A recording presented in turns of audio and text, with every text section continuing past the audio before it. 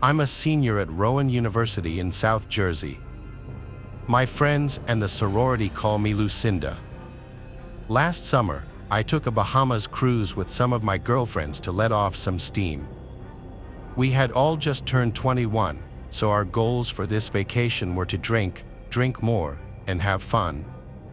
We all felt like we deserved this vacation after such an exhausting semester spent dealing with Greek life drama and schoolwork. Anyway, I'll keep things short. I was with my friends, Ratty, Nomi, and Tegan. Ratty and I didn't always see eye to eye. There was some petty drama between the two of us. I always assumed she was jealous of me because she never spent any time in the gym and spent a lot of time eating. I think you can see what I'm getting at. Anyway, I was really close with Tegan and Nomi, so I figured things would be peachy. The cruise line we had booked was Carnival, and it would be going to a couple of Bahamas islands before returning to New York City. The boat pulled into the first destination, called Paradise Island.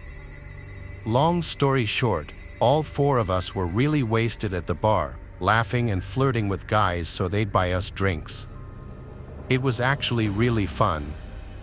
At one point, Nomi asked me if I would grab her a drink, so I did. I went up to the bar, ordered the drinks, and waited. Nomi followed me to grab hers. The drinks came out, but I really wanted to take a selfie with her before we went back to our table. I pulled out my phone and took a couple of selfies with the drinks. Just then, Taylor called Nomi over and, being as drunk as she was, she went bounding off without me, leaving her drink behind. I didn't want someone to steal her drink, so I put my phone on the bar and grabbed her drink with my other hand. With both drinks, I made my way to where they were sitting and made fun of Nomi for being so forgetful. Pretty soon after that, we had to start making our way back towards the boat. The second the boat pulled away, I started frantically searching for my phone. I felt like such an idiot. I had left it at the bar. I started crying, knowing this would ruin our trip. I wanted to jump overboard for losing my phone on the first day of the cruise. I pulled out my laptop to try and locate my phone's location. To my surprise, it wasn't on the island, but was actually showing up as somewhere on the boat. It was hard to pinpoint exactly where its location was, but I was relieved to think that someone must have found it and returned it to the Lost and Found or something. I went up to Lost and Found, but they said no one had turned a phone in. Any relief I had was completely gone now. Why would someone take my phone if they weren't planning on returning it? I went back to my friends and cried about it again. Radit told me not to worry about it and that I should just try enjoying the trip as best I could. So that's what I did. I didn't think about it for a whole day, which I was really proud of. You never realize how much time you actually spend on your phone. I kept going to take selfies or check social media, only to realize I had no way of doing so. The next day, though, while I was in the very front of the boat, I pulled my laptop out of my bag to check my phone's location just out of curiosity. To my surprise, it was almost right on top of me. I started looking around, but there were so many people, any one of them could have had my phone. I told my friends this, and they seemed as shocked as I was. All except Ratty. It looked like she was trying to hold back laughter. I started getting really annoyed when I noticed she found my situation funny. A few hours later, we found ourselves in the arcade at the back of the boat, messing around with the childish games and whatnot. Again, I pulled out my laptop and once more, my phone's location was basically on top of me. Now I was furious. Whoever had my phone was following me around the boat. It had to be Ratty. That fatty thought this whole thing was a big joke. I confronted her, showing her proof on my laptop. She insisted that she had no idea what happened to my phone and it wasn't her fault that I was so stupid that I couldn't keep track of it. We started yelling at each other, and I said some pretty mean things. I made her empty her pockets and her purse, which she reluctantly did. My phone wasn't anywhere in sight, though. She called me an idiot again, smirking to herself. I stormed off by myself, tears streaming down my face. I spent the rest of my day in my room and refused to do anything with Ratty for the rest of the night. The next 2 days went by really fast. I refused to hang out with Ratty the whole time and instead spent both days by myself, randomly checking my phone's location out of desperation. When I got back to my room that night, I noticed something weird. There was an envelope lying on the ground, like someone had slipped it under the door. It was a handwritten letter. I started reading and felt disgusted. Some random guy named Edward had supposedly found my phone unlocked, went through it, realized how attractive I was, and wanted to confess his love for me. The letter was really short, but I felt utterly grossed out. Some creep had full access to my phone and knew what room I was staying in. I wanted to cry. I reported this to the cruise security team, hoping they'd be able to do something about it. Unfortunately, they were useless. The good news was that loser Edward didn't try to contact me again, and the cruise ended. Ratty and I made up, and the 4 of us parted ways. I wish I could tell you the story ended there, though. That same night, after my dad drove me home, I was up late watching reality TV on my laptop. That's when it hit me. Why not check my phone's location now? I was kicking myself for not having thought about that sooner. I pulled it up and waited for it to load. I stared in shock as I realized the little blue dot was showing up right on top of my house. My blood ran cold. I screamed, waking my family up. My dad burst into my room, realized what was going on and sprinted outside in his bare feet, brandishing his hunting rifle. I followed close behind. My dad fired a shot into the air and screamed at the top of his lungs. Just then, some guy jumped our side gate and sprinted down the street. My dad hesitated before deciding not to follow him. I was mortified. My dad and I made our way around back, and the scene was horrific. One of my dad's backyard ladders was leaned up against the side of the house, directly underneath my bedroom window. Even more horrifying, though, was that the little wooden latch above the window was almost completely cut through. Maybe a few more minutes and he would have been able to open the window. I might not have been alive to tell the story if I had gone to sleep instead of checking my location. We filed the police report, and it's been almost 2 weeks without an incident. I still have trouble sleeping at night, knowing that some creep has access to all of my information, all my pictures, my name, contacts, and address. My phone has been deactivated, but I can only imagine what kind of data he was able to keep. I'll update if something else happens.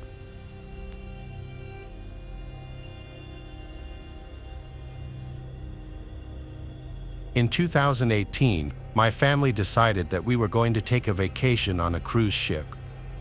None of us had ever been on one, and we thought this would be a great first-time experience with the family. We docked from Miami, Florida, for a 7-day trip that would take us to the Bahamas. As an 18-year-old girl at the time, I was super excited to finally see why so many people love to go on cruises. Honestly, as the week went by, it wasn't that all exciting. You're pretty much on a floating hotel with a bunch of strangers. The only actual fun time that I had was when we docked in the Bahamas and we could walk around and check out the area. But as we were heading back to Miami on the 7th day, I decided that I wanted to walk around the bow of the ship by myself. It was late, and the rest of my family was in the dining hall drinking and celebrating our last night on the cruise. I was leaning on the rail of the bow, just staring out into the black ocean. If I'm being honest, it was actually terrifying looking out. I remember thinking, what if someone fell overboard? You wouldn't be able to see them. As I continued to stare out into the black ocean, I remember the moon reflecting on the necklace that I was wearing. It was my grandmother's. She had given it to me as a gift just before she passed away a few years back. As I was reminiscing about my grandmother and the terrifying dark ocean before me, a man approached me. At this moment in the story, I was a little tipsy. The man seemed to be pretty cute, and my guard wasn't all the way up. He said hello and asked for my name. We started to chat a bit when I suddenly realized how alone we were. It was just us two by the bow of the ship talking. I didn't see another person at all. This fact alone started to sober me up. Even though he was cute, I started to get this uncomfortable feeling. I nervously told him I needed to get back to the dining hall. I was walking away when he grabbed my arm hard. I told him to let go. He looked at my chest and said, "That's a lovely necklace." I tried to yank my arm away from his grasp, but he was too strong. He tore the necklace clean off my neck. I started to scream at him to give it back. This is where it becomes nightmarish. He slapped me hard across my cheek and started to bear hug me. He was trying to lift me up and throw me off the bow of the ship. I screamed at the top of my lungs. I screamed so loudly that I thought my throat was going to tear. I fought for my life as he aggressively tried to lift me up over the railing and throw me over. By the grace of God, 2 crew members heard my screams and sprinted over. One of them grabbed hold of the man while the other grabbed me and pulled me back down from the railing. At this point, I was bawling my eyes out. The crew members radioed for backup, and in 2 minutes, there were about 10 security members at the scene. They detained the man and threw him in the brig. I remember wondering what the brig was when one of the crew members said that it was the jail cell that they have on the ship. That is exactly how I found out that cruise ships have jails. My family eventually came to me, and I was returned my grandmother's necklace. In the end, the cruise liner offered us a full refund and a 5-year pass in their first-class suites. As for the guy who attacked me, when we docked in Miami, he was arrested for assault. I don't know what his sentence was.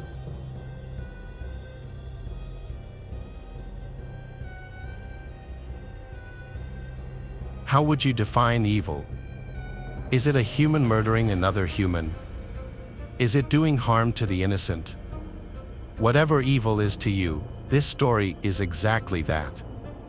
Listen to this. Back in 2018, my family and I went on a cruise vacation for 5 days. It was Christmas time, and this was our usual family tradition. We would take a cruise to the Caribbean islands and then be back by Christmas Eve. It was actually a great holiday vacation.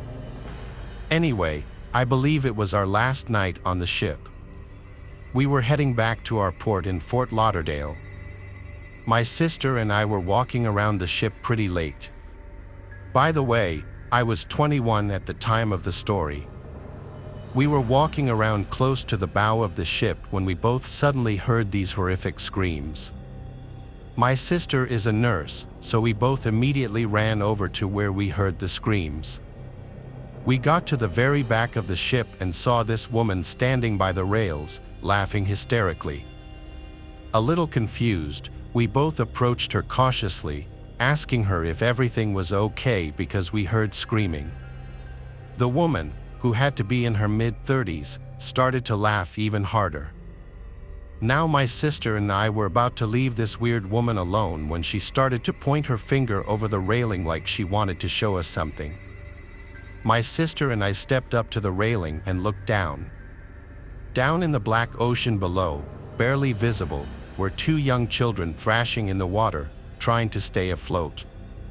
When I tell you my heart sank into my stomach, I am not exaggerating. My sister immediately ran off, screaming for help. I stayed with the woman who was still laughing hysterically.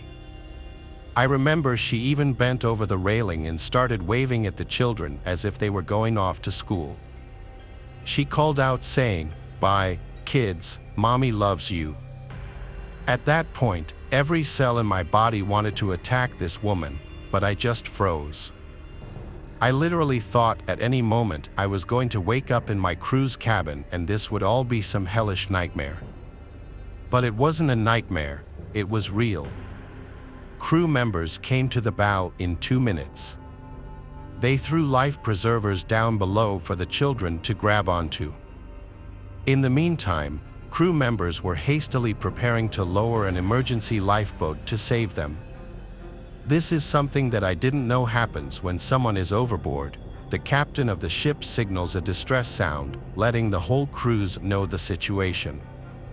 This signal was blaring and the emergency lifeboat finally went into the water trying to save the kids. But even from this distance, I could see that the kids were floating motionless in the dark ocean. When the lifeboat was finally hoisted back up to the ship, the disturbing truth was revealed: both children had died. And here's what still haunts my dreams: the mother was rocking on her feet, laughing and saying, "Oh good, no more children.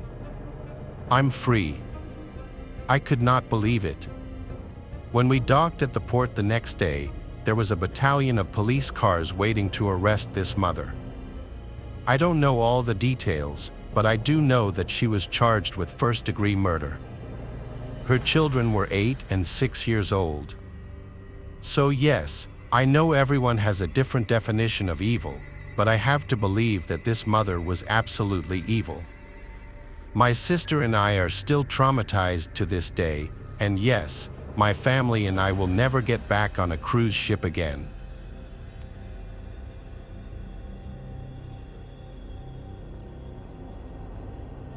I'm an only child, and my parents are older, so they don't like active vacations but more sightseeing in museums kind of stuff. Of course, I'm a kid who likes to play and wants more fun stuff. The compromise my parents came up with was a Disney cruise. We would depart from our home in New York City for a cruise along the east coast to the maritime provinces of New Brunswick and Nova Scotia, Canada. We would make ports of call at Bar Harbor, Maine, St. John's, New Brunswick, and Halifax, Nova Scotia, in Canada. They would visit all the museums and art galleries in each port, and I could join the kids' club for swimming, volleyball, rock climbing, and dance parties. On the first day of the cruise, I quickly changed into my swimsuit in our cabin and went to the kids' club to meet the other kids. The director met me at the door, welcomed me, and said if I needed instruction in anything, she was there to help. Otherwise, I could make friends. She had a plan for various activities, and she said I'd be tired and happy at the end of the evening, so welcome. It was around 9 o'clock when we finished the day, and because the ship was 80% old people, the restaurants and corridors were virtually empty. That included my parents, who were, I'm sure, already in their PJs watching a movie from bed in the room. Our stateroom was on one of the lower levels without a balcony, and the ship was as big as the city, so I had a long way from the pool deck, where the kids' club was, to the stateroom. It was a challenge, as all the corridors on each of the 15 decks looked identical. After waiting for like 15 minutes for one of the 4 elevators, I got impatient and ran for the stairwell. As I ran down the steps, I heard a man's voice, kind of laughing, saying, "Are you trying to run away from me?" I turned around, and a man who looked around 20 or 25, dressed in workman's clothes, beamed a big smile at me. I was surprised and unsure how to act, so I just gave him a smile back and turned to continue down the stairs. But he was so quick and moved past me, then blocked my descent, his arms on each of the stairwell railings. He looked up at me, still in my swimsuit, and hit me with a barrage of questions. What's your name? How old are you? Where are you from? Who are you traveling with? What deck are you on? He just kept asking but not giving me a chance to reply, and I wouldn't have even if he waited for an answer. I was frightened. When he said, "Why are you so uncomfortable with me?" I lied and said, "My dad was waiting for me. He expects to meet me as I come down. He took the elevator, and I'm racing him, so please let me pass." Before he could move, I dashed under his arm and ran down the steps. The second night after Kids Club, I went to take the elevator, and there was the same man in the corridor. He grinned again when he spotted me and very purposefully blocked my way. He began again with his questions, but they seemed even more personal this time, and he was saying things like, "You have a beautiful smile," and "I love your outfit, it is so cute." My alarm bells rang loudly in my head as he said, "I'll walk you to your room." "What floor are you on?" I knew I had to get out of there fast. At that moment, a couple walked up to the elevator that wasn't too far from where he was trapping me, and I yelled out, "Hold that elevator for me, please," and I pushed right past him and joined the couple, talking and laughing together. I think they were on a honeymoon, they didn't even notice me. When the elevator came, I got in with the honeymooners. The scary man was nowhere to be seen. When I got to the room, I told my mom what had happened, and from that time on, my dad walked me to and from Kids Club. My mom was determined to discover who this creep was, and we went to the photo studio that took the obligatory passenger photos. We looked at all the passenger photos, and he wasn't among them. For the remainder of the trip, I never saw him again. It was as if he wasn't on the ship. What could have happened to me if I hadn't run away and dodged him with the couple in the elevator? I sometimes wonder if he was ever on the ship or if it was just my imagination, since no one else ever saw him other than me.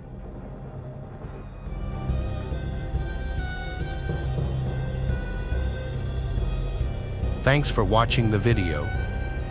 Subscribe to the channel and turn on notifications to watch the latest videos.